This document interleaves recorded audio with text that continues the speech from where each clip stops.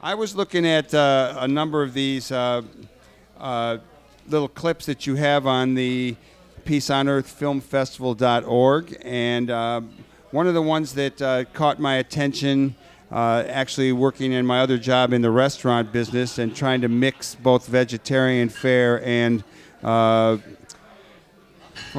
kind of a principled way at raising meat. There's a film called Peaceable Kingdom, The Journey Home. And my understanding is that this is a film about some farmers who were called traitors by their neighbors. They just looked at the industry and at some point felt that we can't go on with this, so they became a refuge for animals. Yes. In fact, one of the it's interesting because one of the key players in the film itself used to be a rancher up in Montana with thousands and thousands of head, and he went through a major health challenge. And right after that, he began to think about his life and what he had been doing, and he realized that one of the reasons he developed cancer was because of the poisons in his body, because of the anger he was holding for destroying life. And he began to work the movement to no longer slaughter. Another farmer who would be in, Harold Brown, coming in from Michigan, he discovered too that when he was a kid, they would raise these animals to go to livestock shows, and they would become their pets.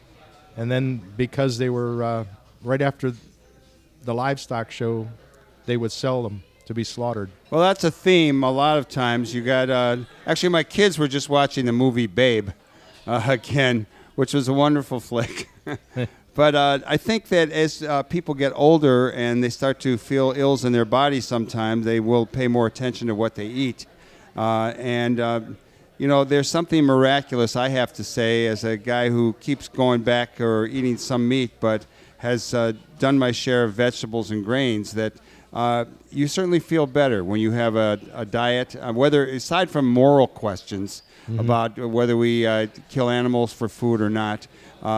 There's just something about eating a clean diet that makes one feel better, whether they've ever experienced it or not. That is true. In fact, one day I meditate daily, and I was in a deep meditation one day, and right after that, I had been having hamburger was thawing for me to make meatloaf. After I came out of the meditation, I couldn't touch it. I just couldn't touch it because, and this is the heart of the film. The heart of Peaceable Kingdom, A Journey Home, is that we are all interconnected, all sentient beings. Well, it's true, and we get it more and more each time we kind of open ourselves up to what's around us. You're listening to Live from the Heartland. I'm Michael James. I'm talking with Nick Angotti, and we are talking about the films that will be in the film festival, Peace on Earth Film Festival, which is going to take place at the Cultural Center here in Chicago, and it starts next weekend. We're talking February 26th, 27th, and 28th. Nick Angotti, let's talk about another film. Sure. Let's talk about the film Homegrown Revolution. Since we were talking about people who have forsaken meat, farmers who have given up their job, their livelihood, and tried to change it. There's another film that, on a similar note, having to do with what we eat and how we use the earth, and that's called Homegrown Revolution. How about filling our listeners in on what that film is all about? Well, Homegrown Revolution is really kind of like revolution you have here, where you really like organic food. You really you serve that well. Jules Dervais lives in Pasadena, has a small little plot of land there around his home, and what he did is he realized with all the pesticides going into fruits and vegetables, starting out in the 60s and 70s and escalating in the 80s, that he was going to not going to allow his kids to eat that kind of food. And so he decided to create a garden in his home. And they put out, I don't want to give you false facts, but they put out thousands of pounds of food every year which is grown in their home, and they buy no food outside of the home. They actually milk cow there. They milk goats. They have their own chickens. They store. They can for the winter, and everything comes out of their own little plot of land, and it's all organic. It reminded me of our roof, although it's much more developed, because there's a number of in our community. There are a number of people growing vegetables up on their roofs, from True Nature, natural food store over on Broadway, just south of Devon. And they probably were the first, and they've done a wonderful job. And then there's Uncommon Ground, which is the first certified organic rooftop garden in the city. And that's located in our neighborhood. And then for many years, we've grown some food and herbs, and this year we went nuts up on the roof with boxes and buckets and wading pools filled with stuff. So it's sort of happening. Oh, yes. And definitely. I think that a film like Homegrown Revolution really brings it to us, and it will inspire people to do more gardening themselves. Exactly. On the gardening note, let me just let everyone know that today, over at the United Church of Rogers Park, at the corner of Morse and Ashland, there is a farmer's market. And that will be today. And so after you've listened to Live from the Heartland, you may want to truck on over there and get yourself some mushrooms and whatever else they have at this time of the year. But this is kind of a lead into the